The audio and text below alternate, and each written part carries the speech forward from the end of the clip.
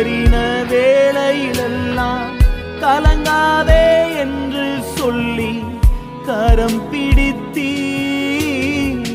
கலங்கின நேரமெல்லாம் கதறின வேளையெல்லாம் கலங்காதே என்று சொல்லி கரம் பிடித்தீ.